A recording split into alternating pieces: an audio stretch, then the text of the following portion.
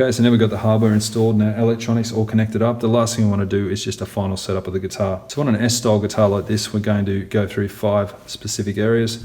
First, we're going to check and make adjustments to our floating trem as needed. Next, we're going to check the amount of neck relief we're dealing with on the neck. Next, we'll check our action, which is the height of the strings above the fretboard. Fourth, we'll check our intonation. And then finally, we'll just check our individual pickup height. Okay, so one of the first setup tasks we need to do is set up our floating tremolo system. So if you're unfamiliar with Fender style vintage floating tremolo systems, essentially what we've got is a plate, the springs are pulling against that, and that the interplay between the strings and the springs connected to the tremolo claw at the back are what raises the back here. And Fender recommend about a 3.2 mil gap between the back of the plate and the body, and that's what I'd normally go with as a starting point. And what that should allow us is, when we use the bar, we should be able to shift the pitch of the note by a step, which is about a fret difference on the guitar. So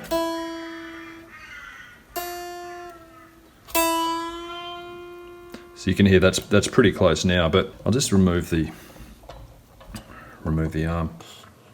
So one of the first things you should do, I've already done just to save a bit of time, but what I would recommend, loosening off all the strings and then adjusting each of these screws that hold the bridge in place, just loosening by about half a turn, and then retightening the 2 outside screws so that they work as a pivot. Then tune the guitar up to concert pitch. You also always want to make sure that the guitar's tuned to concert pitch when you're testing.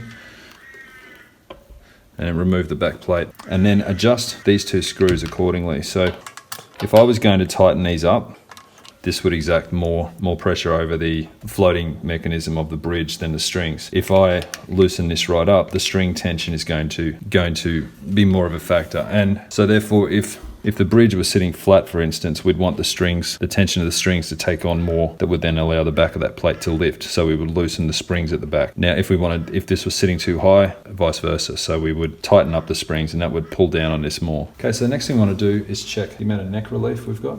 Now, before we do that, we're just going to make sure the guitar's perfectly in tune.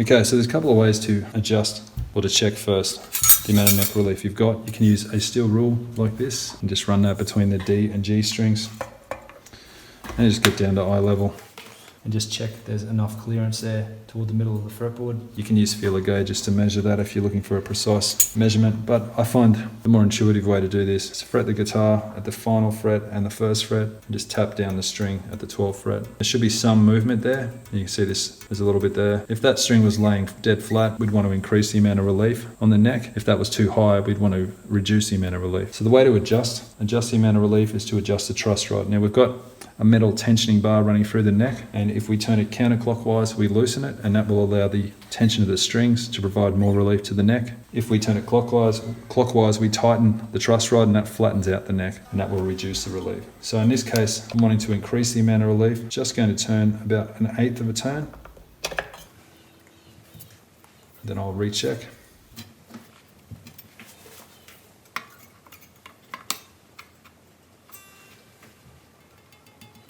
That seems about right to me, but that's essentially what you would do. You would just go through and keep making small adjustments to that truss rod. It would be unusual that one adjustment would, especially with a new kick guitar that hasn't been played before, it would be unusual that one adjustment like that would provide the appropriate amount of relief. Now again, I would suggest tuning up the guitar again.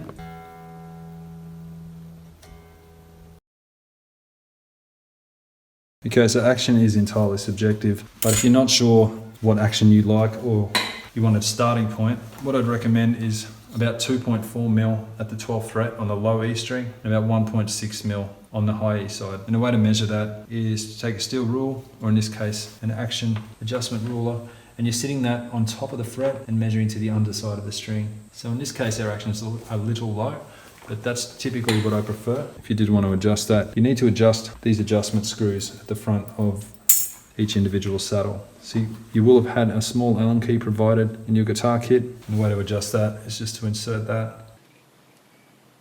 And turning counterclockwise will loosen it, that will lower. Turning clockwise will raise it. But you also need to achieve the right balance between the two. So you'll see you've got adjustment screws on both sides of each saddle. You want to make sure they're even, otherwise the saddle will sit on an angle. And it's getting better, but still could do with a little more. We typically find you'll adjust those saddles also in line with the radius of the neck. So towards the middle, those saddles will typically be higher, match the actual radius of the neck. Okay, so that's about right. But as I said, that's how you go about making that adjustment. It's just to adjust these individual saddles. Okay, so we'll get the guitar in tune again, and then we'll check our intonation.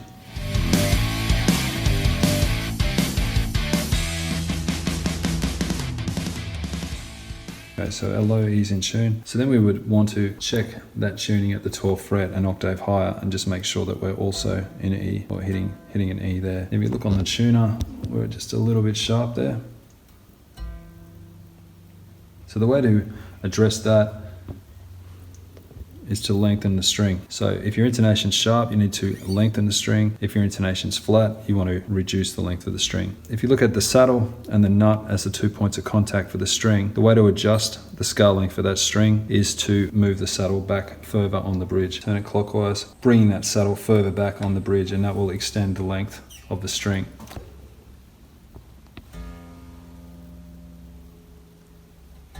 So we'll just check that again.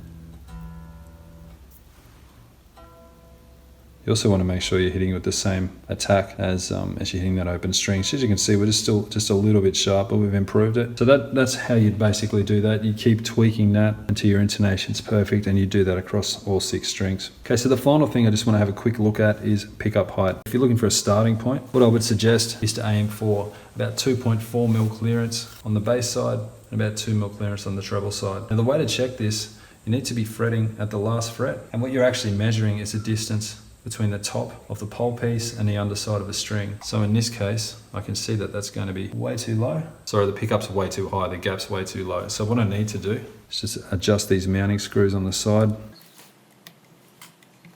just turning those counterclockwise to lower them. As I said, it's entirely subjective, but a good starting point if you're not sure is about 2.4, 2.5 mil from the top of the pole piece to the underside of the string, which is pretty close to what we've got there. Okay, so that's pretty much how you complete a basic setup. As I said, once you're more accustomed with the guitar and you've played it more, you'll probably want to come back and repeat some of those steps. You'll no doubt be listening out for fret buzz or poor intonation. Okay, so from here, I'm going to plug the guitar in and we're going to give it a final test.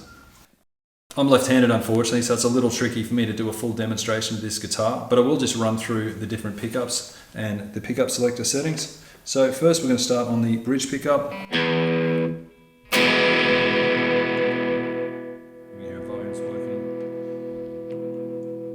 Across all the pickups.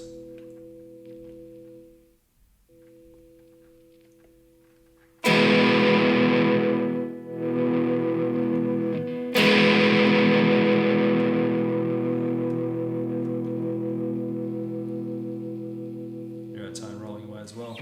Now, when I take my hands away from the guitar, what I want to hear is no electrical interference, so no hum or noise. That would indicate that our ground circuit's installed correctly. So if you do take your hands away from the guitar and you do hear sound, what I would do is open up the electronics cavity and have a look at your ground circuit. The last thing I'd do is just test the neck.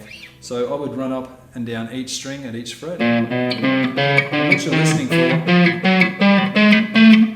is fret bars or any dead notes. So do that on all strings, and then go back and make necessary adjustments to the neck relief and the action as required.